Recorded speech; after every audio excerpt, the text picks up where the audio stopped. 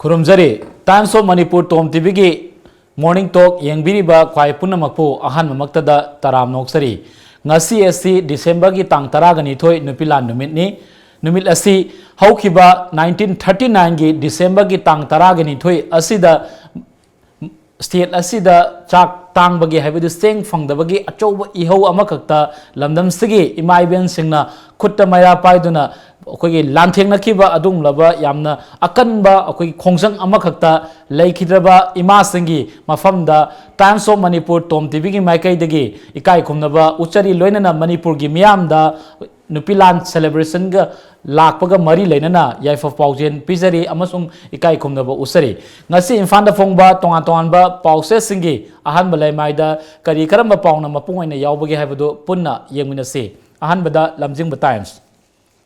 ILP सननबा India लेंगाना gazette notification थोकरे हैबा चीफ मिनिस्टर की वाफम यावरे राज्य सभा दा सिटीजनशिप अमेंडमेंट बिल पास थोकरे असम दा मई हौना चाकले मियोय क्या अशोक अपन नंगले कर्फ्यू थमजिंखरे इंटरनेट थिंगरे हैबा पावसिसु अचौबा पावैना यावरे एमसु की ब्रूस वेबम यावना थौमी सिंह थासगी तराउंदोय फावबा पुलिस कस्टडीदा रिमांड लौथखरे हैबगी वाफमसु यावरे मियामना होनरगा बीजेपी ना मना लौबगी थौंग इकाई निंगाइनी हैबा डॉक्टर एम नरगी वाफम असिसु यावरे फेक एनकाउंटर द सेनबा पर्सनल अहुंगी सा शेयरिंग की खननबा मतम लेखरे हैबा पावसिना लमचिंग टाइम्स की मपुंग ओइबा पाव ओइरे मथंगदा सना लेपाक CAB राज्य सभा पास तौरे असम मई हौरे इंटरनेट थिंजिनबगा लोइनना गुवाहाटी कर्फ्यू थमख्रे इरांग लाक्सिननबा त्रिपुरा असम लामी कौथोख्रे हैबगी वाफम सिसु यावरे मणिपुर इनर लाइन फार्मी सिस्टम सनब स्टेट ओइरे बेस यादी NRC सनरब मतुंग लेप कायदे हैबा चीफ मिनिस्टर की वाफम सिसु चप मानना यावरे CAB लौखिबा फिरे होंग लेते हैबा कांग्रेस की वाफम अमरोमदा एमसुगी लुसिंग सिंह पुलिस कस्टडी दा रिमांड पीखरे हैबा पावसिना सनाइपा की मपुंग ओइबा पावरी मतंगदा इरेपा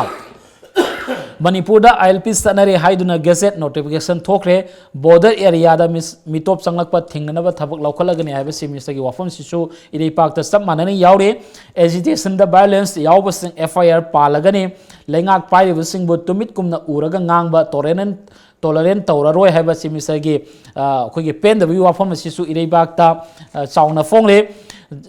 जनवरी 9 general strike सवकनी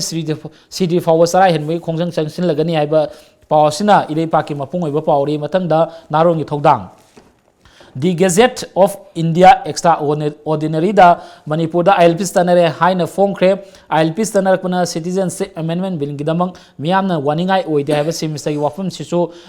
chap manana naharong gi thodang da quote of dana phongle Rajya Sabha dana CAB pass tokre Assam dana matam kaktaba curfew thongkre haiba pawsina naharon thodang gi mapung oiba paw oire मथंगदा Sangai express Assam द मई हौरे कुनगा मंगा सोखरे curfew थमग्रे internet थिंग्रे हैबसे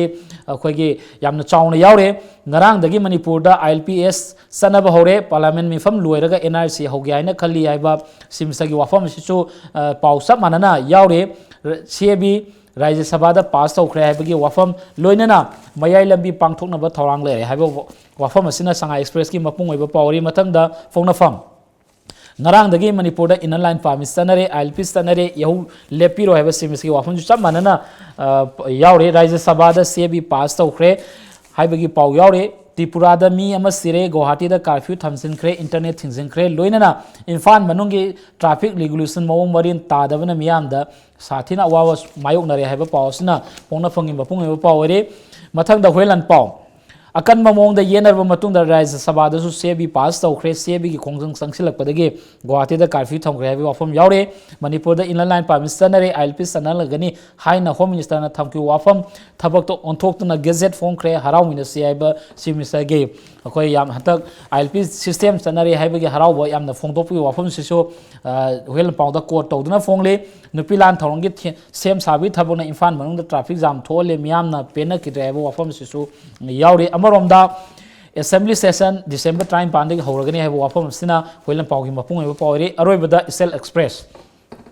Manipur ILP sanaragani haiduna gazette notification tholakre akhoi yelong wis kanjanaba ngasanaba official oiba se fangi fangde habigi sayanaba du leitra haba semisagi wafam su sakmanana Isel Express ta fongi ILP sanarakpa miyangi hona zaman ne haba lopsingi wafam loinana congress na CAB gi mayukta lepkani mangi babu ningtham mi fam numi huni pangthoklagani haba wafam asina Isel Express ki mapung oiba pau oire ngasi imphal da phongba tongan tongan pause sing asigi matang da khoi tongan tongan wafam sing khara phongdok na ba amadi nainana bui da makta khoi gi studio da lengsin do lebiriba se Kangleipak Meira gi vidita WANGKHEMCHA SAMJAI ni tamobo ahamukta taram noksari Narangi oiba tonga tonga pause singi nainadringi mamang asida tamo ngasi December tang taraga ni thoini nupilan numini matamamada Manipur da cheng phangdabagi akhoi achouba irang amakakta Manipur gi nupi singna laukiba thaudang adu ngasi Manipur gi miyamna akhoi matamdugi ima singi mafamda akhoi ikai khomda wutpagi thorum sing asigi oina pangtongnaba state sakarna akanba thorang akhoi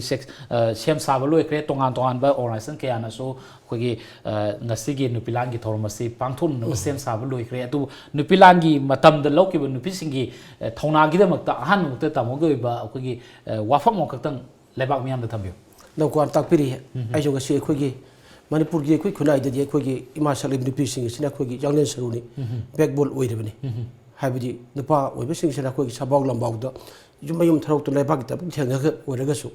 Imasa Lebilipishing, as Namagi Masambasu, Shamdana, Moon, later Lera, the Lebaki, we put them back the Aswatong Yawa, Yamna Kugi, Malim Gilebak, the Kugi, Mate, Lupi Hajabtare, Imao, Ibishing Chigi, Kugi, Tangwalingian, Maribak Nimba, Masambasu, Tina Shemba. Maribak, the Doctor among Taba, I was Kugi, my bells in Sigi, Yamna, Tamina Wibini, Aduna, was Yalam, Lupilan, and his Lupilan Tokre. Toki Kudim. Manipur sigi khoi lejeriba thucheriba pauchang mayam punamakchi mapalam da khoi thadokhiba aduga iramdam sida khoi saba phangdebagi awabam leihiba matamda khoi lengak ki mathakta akhoi imai bel sing mayam punamakchina khakbangam dadana akhoi achauba khongjangma changhinchiba adugi sia khoi gi matamda khoi gi sipai gi nongmai gi akhoi sangin ni matol mungdadana dok chawba ma si intias ki lamai da yama sawo lengdana leiribani adaga si phawda malem gi miyam na khoi gi Manipur talks about the pillar, Sigido, see, Padre, see, Kongul leader, maybe listening, Sigi, which the pillar memorand complex lady, Sari, it has a Jowry, I don't go maybe listening, do local Wallington singer, don't see Kuigi, Mironda, Tungi Mironda, a silly video about the P will be my Solomon, singer Sina, Mugi eating the Lu, the Kuigi, and I took what Hona do Handanaba, Maribak, the Matatonaba, upon some to Siamnaba, Habidogi Negasi, Kuigi, the Piran. Thorum Koi Pangtoli, Aduna. I give my Kidagisu, Thorum Masibu, Yam Taram Oxeri, Aduga. Imashalabi, the Pew wishing the soup. Mana could love the Masigdam, Takoya, what of them, Lobiba, Masamasu, Pazana Semba, Lapaki, Tabuxing, the Magin Taduna, Sarujadula, even say. Masigi, Matakabukana, Sarujabi, the Nakogi, Yam Nakogi, Laitaba, Waterpadaba, Akogi, the Bagamo, when don't die belishing. Tabang Lobi, which I Tamjari. Nasigi in Adamo, the Naransi, Rise Savada, Cape C. Bill C. Pass Okre, Lady Bar Rise Savagi Apunba members in Manunda, KFC was Ogotpa 117, Aduga KFC Mayokta, member 92 Napiduna, Narangasi, Baratki in a day, Yamna, BZP, a Chongo Mangala, Hibatari, Mamangi Matam the Yoduna, BZP, we in a Mangla,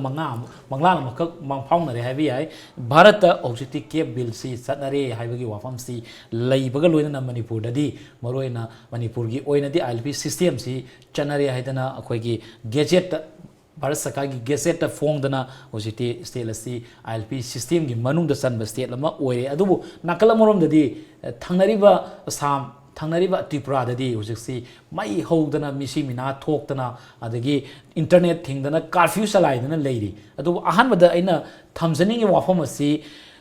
whole India gi oina plus North East gi oina Manipur gi oina Cape Binsi masina state asigi amasung North East gi oina di kadai fauba leizari ba yellow mi gi saktam asida checking pirak pa yagada gi habdo aham oina kitang ngaibi unda ko kanoni akoi Cape Citizenship Amendment Bill akoi gi 19 akoi gi 20 akoi gi title ꯀꯣ ꯍꯣꯏ ꯃꯁꯤ ꯑꯩꯈꯣꯏ ꯚꯥꯔꯠꯀꯤ ꯄꯥꯔꯂꯤꯌꯥꯃꯦꯟꯗ ꯉꯔꯥꯡ ꯄꯨꯊꯣꯛꯑꯦ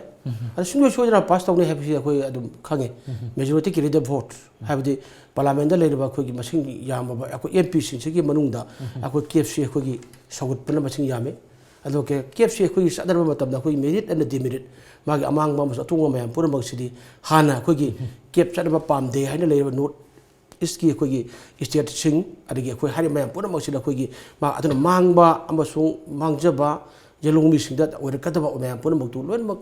ꯂꯥꯎꯗꯅ ꯍꯥꯏꯗꯅ memorandum ꯄꯤꯗꯅ ꯑꯩꯈꯣꯏꯒꯤ ꯀꯩꯅꯣꯗ ꯚꯥꯔꯠ ꯁꯔꯀꯥꯔꯒꯤ ꯑꯩꯈꯣꯏꯒꯤ ꯂꯣꯏ ꯄꯤ ꯂꯩꯈ꯭ꯔꯕ ꯉꯥꯛꯇꯅꯤ ꯑꯁꯥꯝꯒꯤꯁꯨ ꯑꯔꯨꯅꯥꯆꯜ ꯄ꯭ꯔꯗꯦꯁꯀꯤꯁꯨ ꯃꯤꯖꯣꯔꯥꯝꯒꯤꯁꯨ ꯅꯥꯒꯥꯂꯦꯟꯒꯤꯁꯨ ꯃꯌꯥꯝ ꯄꯨꯝꯅꯃꯛꯅ ꯀꯦꯞꯁꯦ ꯆꯠꯅꯕ ꯁꯨꯡꯄꯥꯝ ꯄꯥꯝꯗꯦ ꯀꯦꯞ ꯑꯁꯤꯅ ꯑꯩꯈꯣꯏꯒꯤ ꯂꯣꯏꯅꯃꯛ ꯑꯩꯈꯣꯏꯒꯤ ꯃꯥꯡꯍꯜꯂꯛꯀꯅꯤ ꯌꯦꯂꯣꯡꯃꯤꯁꯤꯡ ꯑꯁꯤ ꯑꯩꯈꯣꯏꯒꯤ ꯀꯥꯡꯍꯨꯟꯗꯒꯤ ꯃꯨꯠꯈꯤꯅꯤ ꯍꯥꯏꯕꯁꯤ ꯂꯣꯏꯅꯃꯛ ꯁ꯭ꯇꯦꯠ ꯒꯚꯔꯟꯃꯦꯟꯠꯒꯤ ꯊ꯭ꯔꯨꯗ ꯆꯤꯐ ꯃꯤꯅꯤꯁꯇꯔꯒꯤ ꯊ꯭ꯔꯨꯗ ꯂꯣꯏꯅꯃꯛ ꯍꯣꯝ ꯃꯤꯅꯤꯁꯇꯔ ꯑꯗꯒꯤ ꯏꯟꯗꯤꯌꯥꯟꯒꯤ ꯄ꯭ꯔꯁꯤꯗꯦꯟ ꯄ꯭ꯔꯥꯏꯝ ꯃꯤꯅꯤꯁꯇꯔ ꯄꯤꯈ꯭ꯔꯕ ꯉꯥꯛꯇꯅꯤ ꯁꯨꯝ ꯋꯥꯡ ꯂꯩꯔꯝꯃꯅꯤ ꯑꯗꯨꯒꯤꯗꯤ ꯃꯦꯃꯣꯔꯦꯟꯗꯝ ꯃꯌꯥꯝ ꯑꯃ ꯑꯃꯥꯡ ꯑꯇꯣꯡ ꯃꯌꯥꯝꯗꯣ ꯁꯤꯒꯤ ꯃꯇꯥꯡꯗ ꯑꯩꯈꯣꯏ ꯂꯣꯌꯔ ꯂꯤꯒꯦꯜ ꯑꯦꯛꯁꯄꯥꯔꯠ ꯃꯌꯥꯝ ꯄꯨꯝꯅꯃꯛꯁꯨ ꯋꯥꯍꯟꯊꯣꯛ ꯇꯧꯔꯒ ꯂꯣꯏ ꯄꯤꯔꯕ ꯉꯥꯛꯇꯅꯤ ꯑꯗꯨꯕꯨ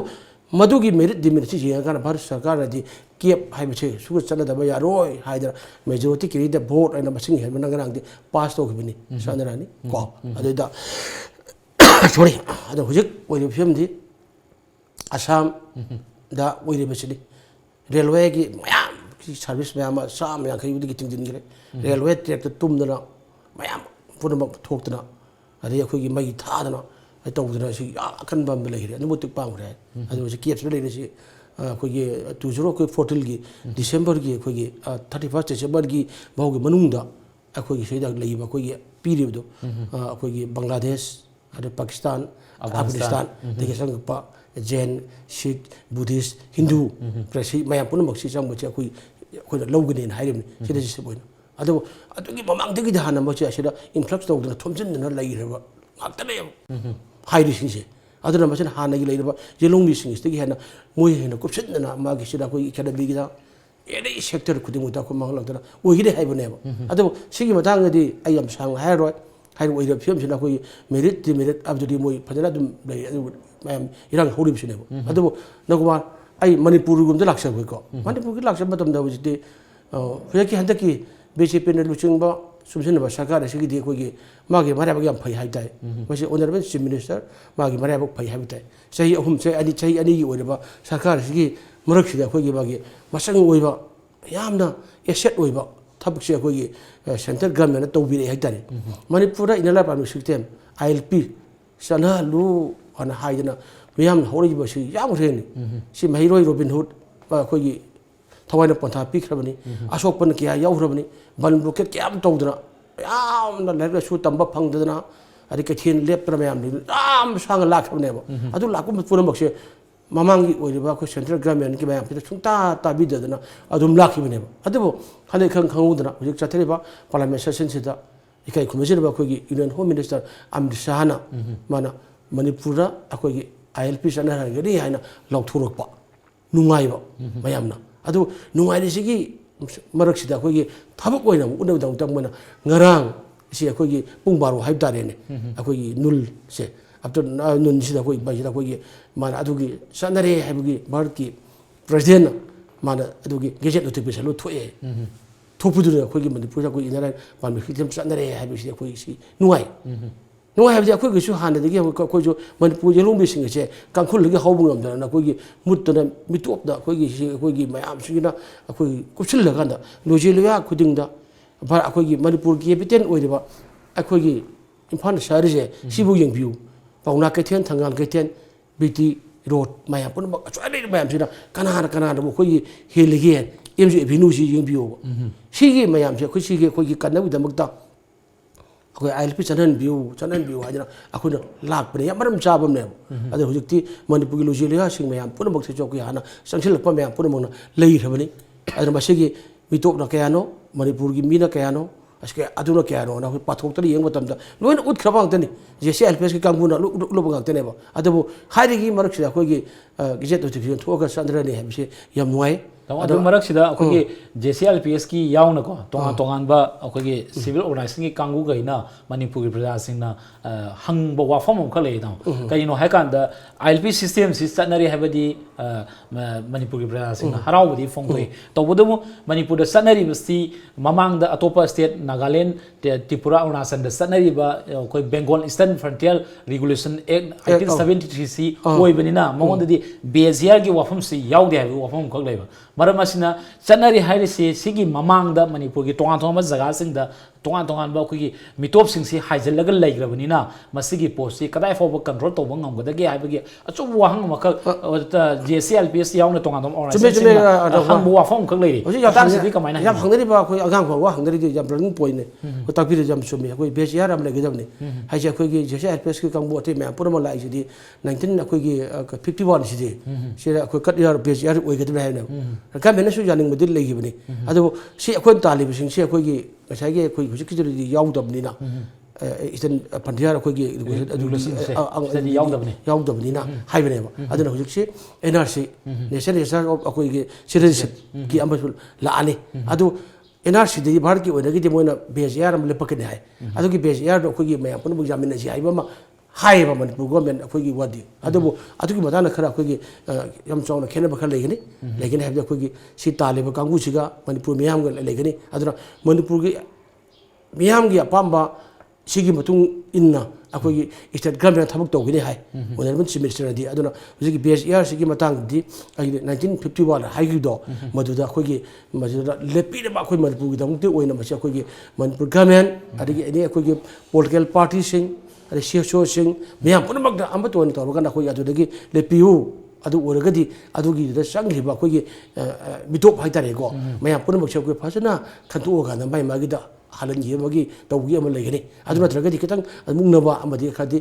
ꯂꯩꯗꯧꯕ ꯑꯗꯨꯝ ꯃꯥꯜꯂꯤ ꯑꯗꯨꯕꯨ ꯃꯨꯛꯅꯕ ꯄꯨꯝꯅꯃꯛ ꯍꯥꯏꯕꯁꯦ ꯁꯔꯀꯥꯔꯗ ꯂꯩꯔꯦ ꯁꯔꯀꯥꯔꯅ ꯑꯄꯥꯝꯕ ꯃꯅꯤꯄꯨꯔ ꯄ꯭ꯔꯖꯥ ꯃꯌꯥꯝꯒꯤ ꯑꯄꯥꯝꯕ ꯃꯌꯥꯝ ꯄꯨꯝꯅꯃꯛꯇꯣ ꯃꯔꯝ ꯆꯥꯅ ꯍꯥꯏꯕꯅꯤꯅ ꯃꯔꯝ ꯆꯥꯅ ꯇꯥꯟꯅꯔꯀꯥꯟꯗ ꯍ꯭ꯌꯨꯖ ꯀ꯭ꯔꯥꯏ ꯊꯣꯛꯍꯟꯗꯕꯤꯗ ꯑꯃ ꯇꯧꯖꯕꯤꯗ ꯑꯗꯣ ꯑꯩꯈꯣꯏꯒꯤ ꯁꯦꯟꯇ꯭ꯔꯦꯜ ꯒꯣꯔꯃꯦꯟꯠꯅ ꯊꯝꯃꯒꯥꯟꯗ ꯁꯤꯅꯤ ꯍꯥꯏꯔꯒ ꯇꯧꯍꯟꯅꯤꯡꯉꯤ ꯑꯗꯨꯒ ꯅꯈꯣꯏ ꯂꯥꯛꯆꯕꯗꯤ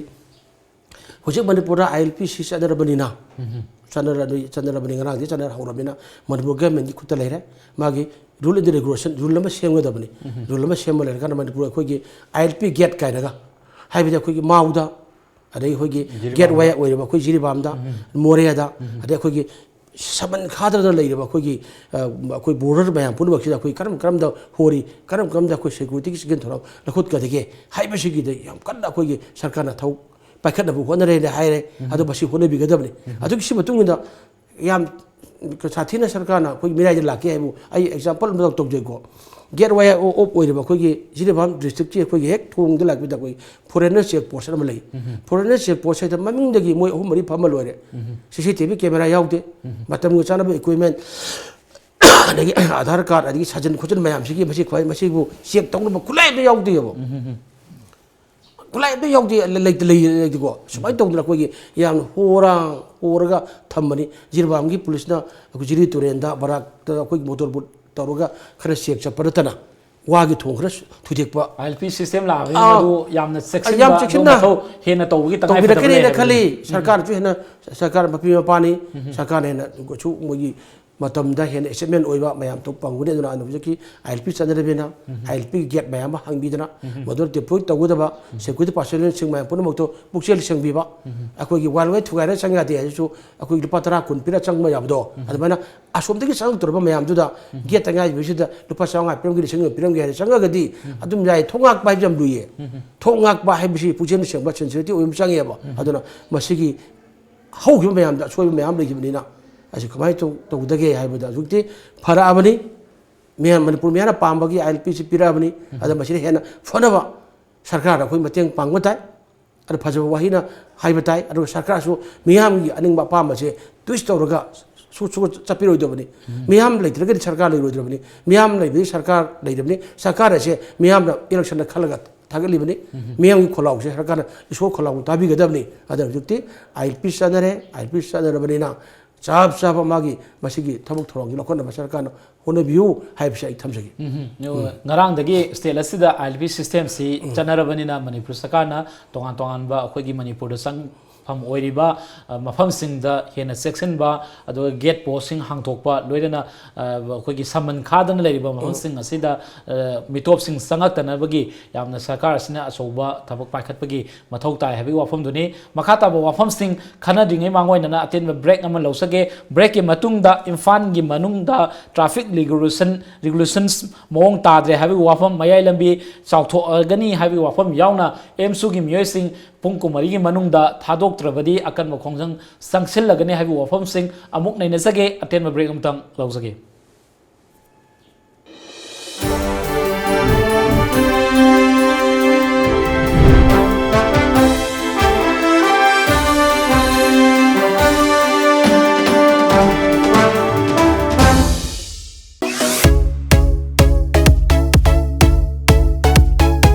Your favorite satellite channel Times of Manipur TOMTV is now on Airtel Digital TV on channel number 646.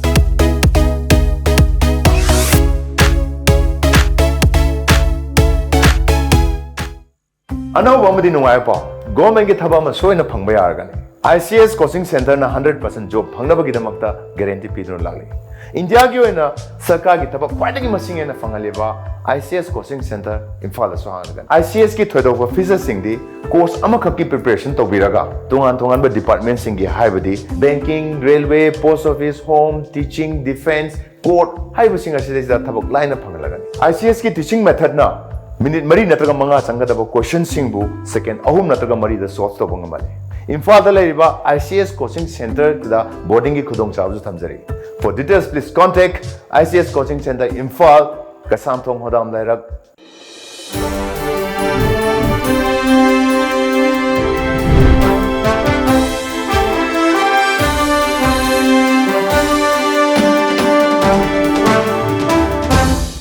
Break की मतुंगदा अमुकना तराम नौकसरी तमो खताना अखोगी नॉर्थ ईस्ट की एरिया ददी के बिल सी चनबसी यादे हैबगी अचौबो इरांग अमन लेरी मरक असिदा स्टेट असिदसु अखोगी नेसोगी मखादा लेरिबा एमसुना कन्न यानिंगदो फोंदोकपगी वाफमसिदा मणिपुर सरकारना एमसुगी थौमिसिंग फाजनदना FIR पानबगी थबकसी चथगनी हैबगी सिमिस्टगी वाफम अमन लेरी अमरोमदा एमसुना पुंग मरीगी मनुंगदा लेरिबा एमसुगी मेंबरसिंग थादोरक्त्रबदी अकनबा कोंग सिलगनी हाइबो वाफम कक लेरिबा फियमसी सरकारगी लुसिंगबा चीफ मिनिस्टर थमलिबो वाफम असिगा एमसुना थम वाफम असिगा अनिसी कमाइना यंगबे अदुगा मसिगी तुंग कोइबा सोल्यूशन अमा लांगनबे मतांगददी कमाइना थंबिबे या कितंग हाइबि नगवा मसी यामने नफम थोगवा मने नफम थोगवा अखोगी सरकार से आई हाइजगिबदो मियामना बोथादरगा अखन मने मियामगी मिहुने अदुना सरकार लई शासन लई लेबाक से आई चनबा लेबाक अमनि हाइबसे मसी सरकारना फजना मसी अखोगी ngakna thab oi tobu tai सरकार अमर लेना सरकार के मायोक्ता पेंदबगी मापई नारोन मापई अहलोन मापई नुपी मापई थोड़ी से करीगिनो हाइबमसी अखोगी मसी अखोगी सरकार जो खंबीगदमनी हाइ पेन मापई दाबी मापई अमा करिगुम दाबी मतान मतमदा स्ट्राइक तौद्रबा बल प्रोकेट तौद्रबा लाउद्रबा रैली चत्रबा ह्यूमन चेन सेमद्रबा ओइरगदि सोरे जाति हाइबगी मणिपुर से कोई सांग चनबी अमा लेइरेबा अदुना मियामगी मिहुत ओइरबा लंगा लोइसिंग असिना मियामगी खोलाउ तारगा मतम चना थबक इम्प्लीमेंट तौबिब्रा अफबा गवर्नेंस अमा ओइब्रा लेबाक से आइन फजन गांगना सलिब्रा शासन लेब्रा शासन की असिंग महाउदो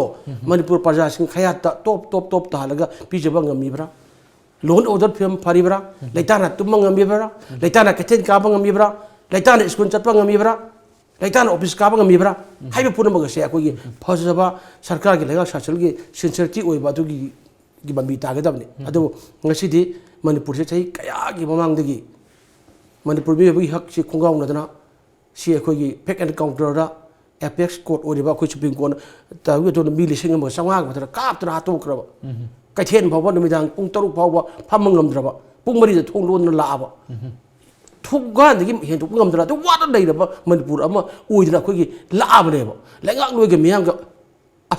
समनद्रबा लेंगाक लोइगी मयुमना जिरि वखदे हाइनगिबा लाइरबा सुम लाइरन कोनरकबा थबा मा चंगम मतमदा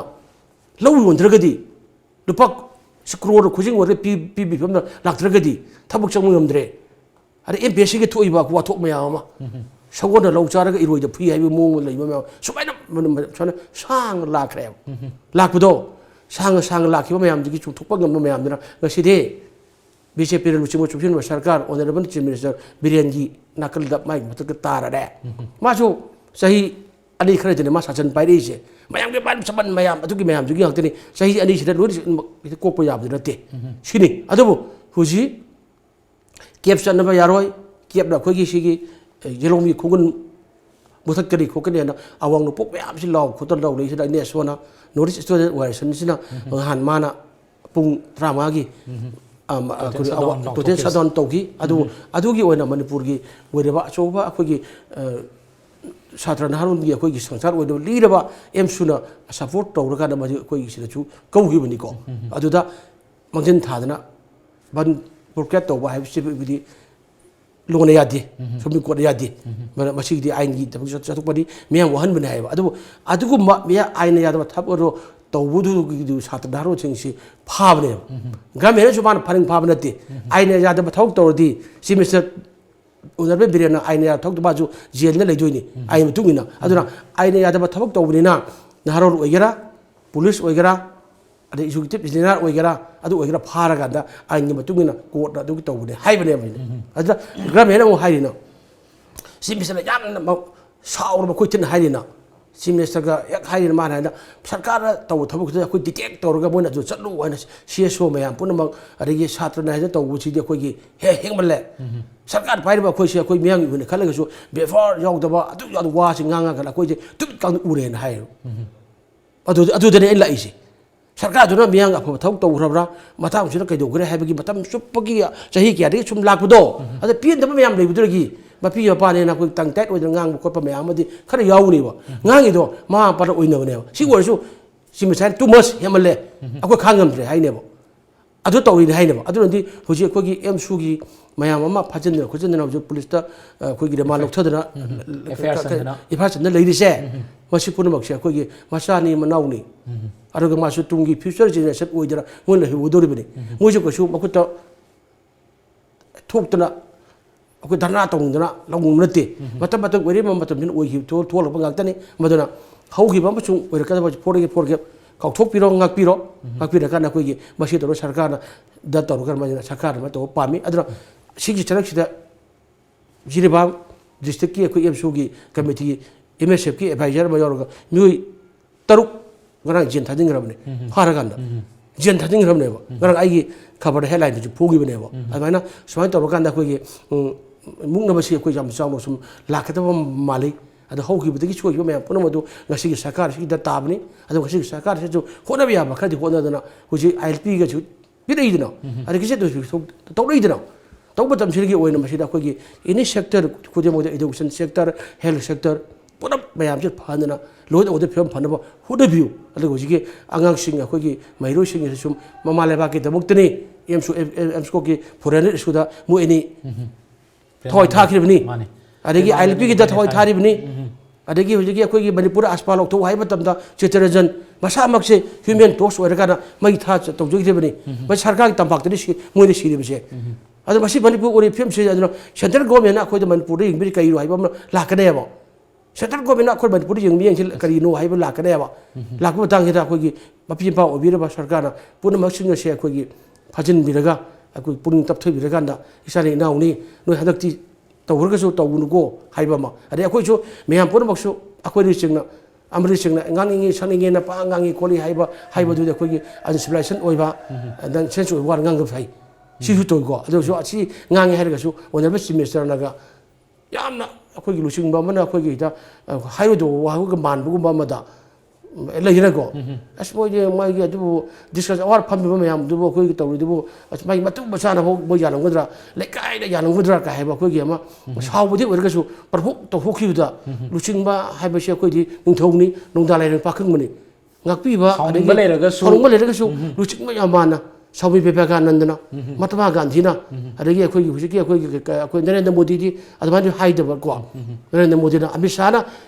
laure piu pattabadi ga haraga mana ta laura parliament la tauthore ada ilp pire ada kijen thole sineba ado akhoi normal semester magi nate ai habidi magi chu magi chahi ani makhai da mana sing tam nung sina ba go to village go to adu adagi ukul da chatna honariba akoi sahi ani gi siroi festival barak festival tawi go sahi ani makha gi manung sta sarkar asna honaba ya honari ado sarkar gi mathakta akoi gi hekta leiriba tongan tongan organization sing na hekta tongan tongan wafom kaya phongdok basisu phongdok piranu loina na sarkar asna su leiriba praja sing gi yengduna leiriba praja sing na amadi migration honariba sisu leibak asigini sarkar asina honariba su leibak asigini maramaduna khara makai koi sarkar asna kitang khandara matung da phajin ki ba mairoi sing asi masani manau ni hairga koi gi thadok pin na wafam ni damon thambi si matam lo shalak paga loina na aroi bada koi gi imfan manung gi traffic regulation mawong marin ta da bana miyam da sathi na awab mayok na re haiba koi gi pongna fam da yamna chaw na wafam khak yauri koi gi ngarang asi asi nupilang ga mai lena na koi gi lambi tangkai ma thinga ga palan thoram pangthok na koi gi sem sabas da koi gi traffic regulation kai haibani aduga transport department dagi fangba report ki matungina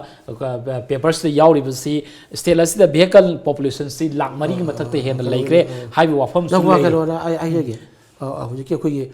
manipur gi koi gi traffic regulation ke ba oru gi achoba problem ma mai uk na ibse ya mai uk na chumme sidi haije ya ai haije ge abdi hoji akoi gi manipur da lai ba akoi gi ase plant city nati plant akoi chande gumba akoi plan city na tiaba pangsana sakiba pangduk tokhiba amaneba adugi nuai tabdin hu akoi na ni je manipur lambi thong adagi sorok mayam puna mache ji akoi gi matam siga topic burum siga yam channa deba khwai digi choiriba mana manipur akoi gi public akoi gi transport ki system sima pura soire gramen gi oil transport department gi makha da akoi gi ring road sida akoi gi city busing siendana adagi akoi gi mi asom dadi akoi gi lainungda metro train cheli rupwe tawi local train cheli ring road cheli sibu cheli bogda traffic jam uirim ni go manipur di hoji transport ki system jeda koi government ni gari ne na akoi gi chin machi akoi gi amta leitrab ne ba aduna mi emam ga car amga mi emam ga car amga mi emam ga car amga manipur sen pai dab leitre ba aduna loin lok chi thoruk padigi parking krai legi nei khangde adigi manipur adigi traffic rule regulation gang na chatte zebra cross kai no khangde तापके signal light इन चते मनपुर की अखोई की बिशम पजाम मयाम सु याम ननसे ओयेबो प्रजासिंग याम ना ओय अदना दगी याम ओय अदना गाड़ी काय द फांग दगे सि क्वाई खुरवन क्वाई सिन दगे लाइट कबाई थांग दगे हाइबगी अवार्ड सु खंगनबो ओनदे अर सिगी मतुंग द मनपुर जी तौंग तौवा चानिंग द चतबा फम ओयरेबको अदना मचे मनपुर से कोई याम वागनी अदना हुजि ओरबा लंबी की ओरबा फेम जर खितंग फरिसि बौदी ममांगी कांग्रेस गवर्नमेंट की सही तरह वागी फतबा शासन ने हाइगी जो अखोगी एक्स मिनिस्टर इबू बिना ऑनरेबल मागी मतम लंबी सि थिदिम लंबी अदे अखोई बावा सुगुं रोड लंबी अते खरे एक्सपांड तौरम बने अहि तौरद्रदि मसे अखोई लोइदोइनेबा अदना हुजि एंड थमजिनिंग सिदि हुजि की मयाम की हाइजलकपा इम्फाल शहर थमजिलकपा के मयाम पोब अखोई मिजिक टाटा अदगी अखोई कनागी जिजन गाड़ी की ओरबा ओटोल सोम या पुन मक्से मसे डायरेक्ट इम्फाल जोगदिबिदा इम्फाल जी खर वाली मतम नमगी मसे पार्किंग जी थंबी रकांदा सखन बो ओरगदी मसे फगनेबो अदु नतर होजिकी अखोई वाइला कायदा लेरबा अखोई ओटो मयाम की जगोई डांस मैम सिदा अखोई सि ट्रैफिक सि लेत्रबनेबो एक लोइरबनेबो सिकजबैदसु कांगजबिंग मनंगदसु अदगी सिबिरों खोनाम खोंदसु एक अखोई बिसु लोइरबनेबो अदरा मसिदा ग्रामेना जोखोनाबिरी अदे ट्रैफिक की पुलिस की सुमेन अखोई मागी स्टाफ मैन पावर याम वालेबनी सुमलेगी एसपी ट्रैफिक अखोई पुलिस की अब थंबी वादनी ममिंगदनेबा अदो तगुदबा याम सि वालीबा अदो मयाम पुनमक्से सौखत पाई तम तम सुम संगलक दे अमुक तबु याब नते अखोन हाइजेरिबा ngangjeriba singisu miyamsu traffic rule regulation ngangna sasi traffic rule thuaigumsi adegi government su public transport system se sembi dana akoi gi bus sing je adu uda siandana quarter ring road ti siamdana lambi mai lambi ga pikhibra mai lambi ji pakthu handra double lane oidra saruk jasinda tuina flow nungaiba matam amadira akoi lamun train jo akoi angang oringa hi karakanda water route ising lambi orameba si semba yai 시보로 셈바 이판 두렌데기 셈바가나 모토로 보터로가 각락보 야이 수마이나 그이도보 야게 하이바시 그 머니푸르 고메나 아둠 레이시 에고 트랜스포र्ट department जे ममिंगदिगी वरगा licence खा पीबा अदु खा तौबा अदु नत थंबीबसु अखोगी सुमदरबाइना खली थमी हाइबा नते अदु हजिक मणिपुरदि याम साथिना वारे अदु ख्वाइगा आइना पामजबदि सिंगमेरों दगी मखा थंगना कनदगी सिंगजमैदगी ꯑꯗꯩ ꯀ꯭ꯋꯥꯀꯩꯊꯦꯜꯗꯒꯤ ꯁꯨꯃꯥꯏꯅ ꯃꯄꯥꯟꯁꯤꯗ ꯑꯩꯈꯣꯏꯒꯤ ꯄꯥꯔꯀꯤꯡꯁꯤ ꯊꯝꯃꯀꯥꯟꯗ ꯁꯤꯇꯤ ꯃꯅꯨꯡꯁꯤꯗꯗꯤ ꯗꯥꯏꯔꯦꯛ ꯆꯪꯕ ꯌꯥꯗꯕꯒꯤ ꯐꯤꯕꯝ ꯑꯃ ꯇꯧꯕ ꯑꯃ ꯁꯦꯝꯃꯗꯤ ꯐꯒꯅꯤ ꯃꯁꯤ ꯑꯩꯈꯣꯏꯒꯤ ꯃꯌꯥꯝ ꯄꯨꯝꯅꯃꯛꯁꯤ ꯑꯆꯧꯕ ꯃꯦꯇ꯭ꯔꯣꯄꯣꯂꯤꯇꯥꯟ ꯁꯤꯇꯤꯗ ꯂꯣꯏꯅ ꯑꯩꯈꯣꯏ ꯆꯠꯅꯕ ꯉꯥꯛꯇꯅꯤ ꯑꯗꯨꯅ ꯑꯁꯤ ꯁ꯭ꯃꯥꯔꯠ ꯁꯤꯇꯤꯅꯤ ꯀꯥꯏꯅꯒ ꯍꯥꯏꯔꯒꯁꯨ ꯁ꯭ꯃꯥꯔꯠ ꯁꯤꯇꯤꯒꯤ ꯀꯔꯤꯝꯇ ꯑꯩꯈꯣꯏꯒꯤ ꯌꯥꯎꯕ ꯑꯃꯠꯇ ꯂꯩꯇ꯭ꯔꯤꯕꯅꯤꯀꯣ ꯑꯗꯨꯅ ꯃꯌꯥꯝꯁꯨ ꯒ꯭ꯌꯥꯟ ꯇꯥꯁꯤ ꯑꯗꯨꯒ ꯒꯚꯔꯟꯃꯦꯟꯠꯅꯁꯨ ꯃꯁꯤ ꯄꯨꯝꯅꯃꯛꯁꯤꯡꯁꯦ ꯈꯟꯕꯤꯔꯀꯥꯟꯗ ꯇꯞꯅ ꯇꯞꯅ ꯇꯧꯕ ꯌꯥꯕ ꯊꯕꯛ ꯄꯨꯝꯅꯃꯛꯁꯦ ꯇꯧꯕꯤꯔꯒ ꯑꯩꯈꯣꯏ ꯑꯐꯕ ꯃꯅꯤꯄꯨꯔ ꯑꯃ ꯑꯣꯏꯅꯕ ꯇꯧꯁꯤ ꯑꯗꯨꯅ ꯅꯥꯀꯜ ꯑꯅꯤꯃꯛꯇ ꯉꯥꯡꯅꯤꯡꯉꯤ ꯁꯛꯅꯤꯡꯉꯤ ꯍꯥꯏꯅ ꯄꯥꯉꯥꯡ ꯉꯥꯡꯕꯁꯨ ꯌꯥꯗꯦ ꯑꯗꯨꯒ ꯍꯧꯖꯤꯛ ꯍꯧꯖꯤꯛ ꯆꯍꯤ 2ꯒꯤ ꯃꯈꯥꯏꯒꯤ ꯁꯔꯀꯥꯔꯒꯤ ꯄꯤꯔꯠ ꯑꯁꯤꯗꯗꯤ ꯑꯐꯕ ꯊꯕꯛ ꯑꯗꯨꯝ ꯇꯧꯔꯛꯏ ꯍꯥꯏꯕꯁꯤꯗꯤ ꯑꯩ ꯊꯝꯖꯒꯦꯕ ꯂꯩꯔꯤꯕ ꯏꯝꯐꯥꯜ ꯃꯅꯨꯡꯒꯤ ꯇ꯭ꯔꯥꯐꯤꯛ ꯔꯤꯒꯨꯂꯦꯁꯟꯁꯤ ꯑꯩꯈꯣꯏꯒꯤ ꯍꯦꯟꯅ ꯐꯕ ꯃꯑꯣꯡꯗ ꯏꯝꯐꯥꯜ ꯃꯅꯨꯡꯗ ꯆꯦꯜꯂꯤꯕ ꯑꯩꯈꯣꯏꯒꯤ ꯒꯥꯔꯤꯁꯤꯡꯁꯤ ꯇꯣꯉꯥꯟ ꯇꯣꯉꯥꯟꯕ ꯁꯥꯏꯠꯁꯤꯡꯗ ꯄꯥꯔꯀꯤꯡ ꯑꯣꯏꯍꯟꯕ ꯑꯗꯨꯒ ꯃꯅꯤꯄꯨꯔꯒꯤ ꯄ꯭ꯔꯖꯥꯁꯤꯡꯅꯁꯨ ꯏꯝꯐꯥꯜ ꯃꯅꯨꯡꯗ ꯂꯥꯛꯏꯕ ꯄ꯭ꯔꯖꯥꯁꯤꯡꯅꯁꯨ ꯇ꯭ꯔꯥꯐꯤꯛꯀꯤ ꯔꯤꯒꯨꯂꯦꯁꯟꯁꯤꯡ ꯑꯁꯤ ꯈꯪꯕꯒꯤ ꯇꯉꯥꯏ ꯐꯗꯕꯒꯤ ꯂꯩ ꯍꯥꯏꯕ ꯋꯥꯐꯝꯗꯨꯅꯤ ꯉꯁꯤꯒꯤ ꯑꯩꯈꯣꯏꯒꯤ ꯃꯣꯔꯅꯤꯡ ꯇꯣꯛꯀꯤ ꯊꯧꯔꯝꯗ ꯀꯪꯂꯩꯄꯥꯛ ꯃꯩꯔꯥꯒꯤ ꯁ꯭ꯇꯦꯠ ꯏꯗꯤꯇꯔ ꯑꯩꯈꯣꯏꯒꯤ ꯋꯥꯡꯈꯦꯝꯆꯥ ꯁꯝꯖꯥꯏꯅ ꯉꯁꯤ ꯅꯣꯡꯃꯗ ꯐꯣꯡꯕ ꯇꯣꯉꯥꯟ ꯇꯣꯉꯥꯟꯕ ꯑꯩꯈꯣꯏꯒꯤ ꯄꯥꯎꯆꯦꯁꯤꯡꯗ ꯌꯥꯎꯔꯤꯕ ꯇꯣꯉꯥꯟ ꯇꯣꯉꯥꯟꯕ ꯄꯥꯎꯁꯤꯡꯒꯤ ꯃꯇꯥꯡꯗ ꯋꯥꯈꯜꯂꯣꯟ ꯈꯔ ꯊꯝꯕꯤꯔꯝꯃꯒꯗꯕ ꯇꯥꯃꯣꯕꯨ ꯉꯈꯣꯏ ꯂꯩꯇꯅ ꯊꯥꯒꯠꯄ ꯐꯣꯡꯗꯣꯛꯆꯔꯤ ꯉꯁꯤꯒꯤ ꯑꯣꯏꯅꯗꯤ ꯇꯣꯝ ꯇꯤꯚꯤꯒꯤ ꯗ ꯃꯣꯔꯅꯤꯡ ꯇꯣꯛ ꯔꯦꯁꯤꯡ ꯗ ꯚꯣꯏꯁ ꯃꯤꯠꯌꯦꯡ ꯇꯥꯕꯤꯔꯤꯕ ꯈ꯭ꯋꯥꯏ ꯄꯨꯝꯅꯃꯛꯄꯨ ꯑꯃꯨꯛ ꯍꯟꯅ ꯈꯨꯔꯨꯝꯖꯔꯤ